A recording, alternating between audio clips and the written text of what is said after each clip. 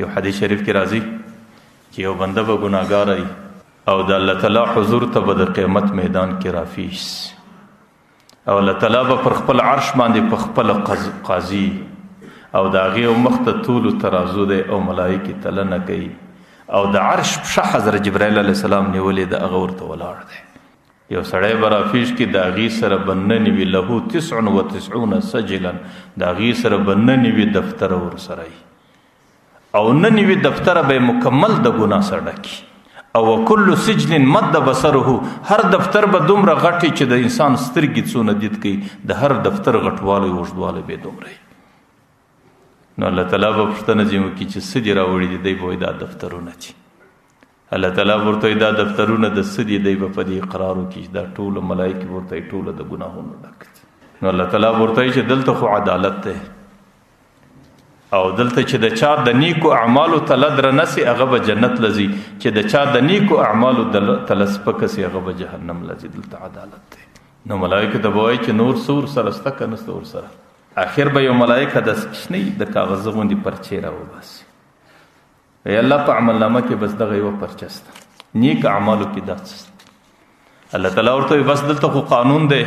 دلته انصاف دی دلته طول ترازو ده د نیکو اعمالو کې دا پرچه کښېږدئ او دا نن وي دفتر یې په دې بل بدو اعمالو په تله کې کښېږدئ. چې کله کښېښول سي هغه سړی به حیران وي. آخر به یا الله د دې د تللو ضرورت نشته وای ما هذه البطاقه مع هذه السجلات د دې بطاقې به د دې نن وي دفتر سره څه تللي د دې به څه زره وزن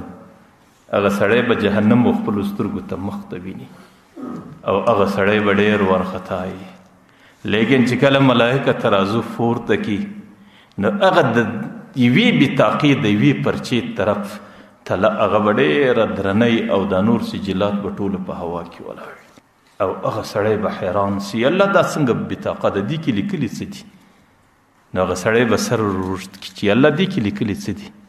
چې کله یې وګوري پر هغې باندې لا اله الا الله کلمه لیکلي چې دې سړي زندگی پر دې کلمه تېره کړې ده. بس د دې د ابتدا صدر انتها پورې دا عقیده وه چې د الله د ذاته بغیر بل ذات نسته. د دې د ابتدا د انتها څخه دا عقیده وه چې زما د عبادت لایق و مستحق د الله ذات دی زه د بل چا عبادت نه کوم. نو الله تعالی به د حضرت جبرائیل علیه السلام به دستي اعلان شروع کړي هغې به په ډېر لوړ آواز باندې اعلان وکړي الا ان فلان ابن فلان پلانکی د فلانکي زوی د ده نوم به هم اخي د پلار ورته قد ثقلت موازینه د هغې د نیکو اعمالو تله درنه ده وسعد سعادة لا يشقى بعدها ابدا هغه د داسې نیکبختۍ سره مخامخ سو چې د دې څه وروسته بیا بدبختي دې سړي له نه راځي. ځکه د الله دا وعده ده فمن ثقلت موازینه فهو في عیشة راضیه چې د چا د نیکو اعمالو تله درنه سي هغې به په ډېره هوسا زندګي کې ژوند کوي. نو ما درته ویل چې د پیغمبر علیه الصلاة والسلام ولادت او هغې دپاره الله تعالی انتخاب د دې مبارکې میاشتې وکړی نو دا ډېره مبارکه میاشته ده چې دې کې د پیغمبر علیه الصلاة والسلام وجود او تشریف دنیا ته راغلی دی او د پیغمبر علیه الصلاة والسلام په اذکارو کې د ټولو څه بهترین ذکر هغې چې لا اله الا الله راغلی دی ځکه لا اله الا الله د قیامت میدان کې هغه بطاقه ده هغه عملنامه ده چې د هغې په مقابل کې بیا یو شی نسي زیاتېدلی. امام ربانی لیکلی دی چې لا اله الا الله ته ولې الله دومره زور ورکړی دی. حضرت مجدد الفسانی رحمه الله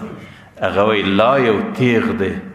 چې لا لفظ دی راکش کې د دې معنا دا چې په دنیا کې هیڅ نسته. بس چې سړی وویل لا حرف نفي دی په عربي کې د لا معنا دا چې هیڅ نسته. نو چې کله دې ټوله شان د دماغ څه ویستلو نو د دې څه وروسته چې الا الله ته ورسېدی یو د الله ذات نو د سړي به دا عقیده وي چې په دنیا کې د الله د ذاته څه سیوا هیڅ نسته. ځکه د الله د ذات په مقابل کې نور هر شی کل عدم دی. نو د نه نوي دفتره دا د الله د ذات په مقابل کې عدم دی ځکه هغه وزن نه لري او وزن ټوله د الله د ذات دی. نو د پیغمبر علیه الصلاة والسلام مبارک ولادت دی دی کې کم حالات رالو دی کې کمی پیښې رالې د پیغمبر علیه الصلاة والسلام وروسته رضاعت څنګه وسو پیغمبر علیه السلام تربیت او روزنه څنګه وکړه که را روانو جمعو کې وخت زندگی و د دې متعلق به څه مذاکره کوو. الله تعالی دې دا مذاکرې قبول کړي.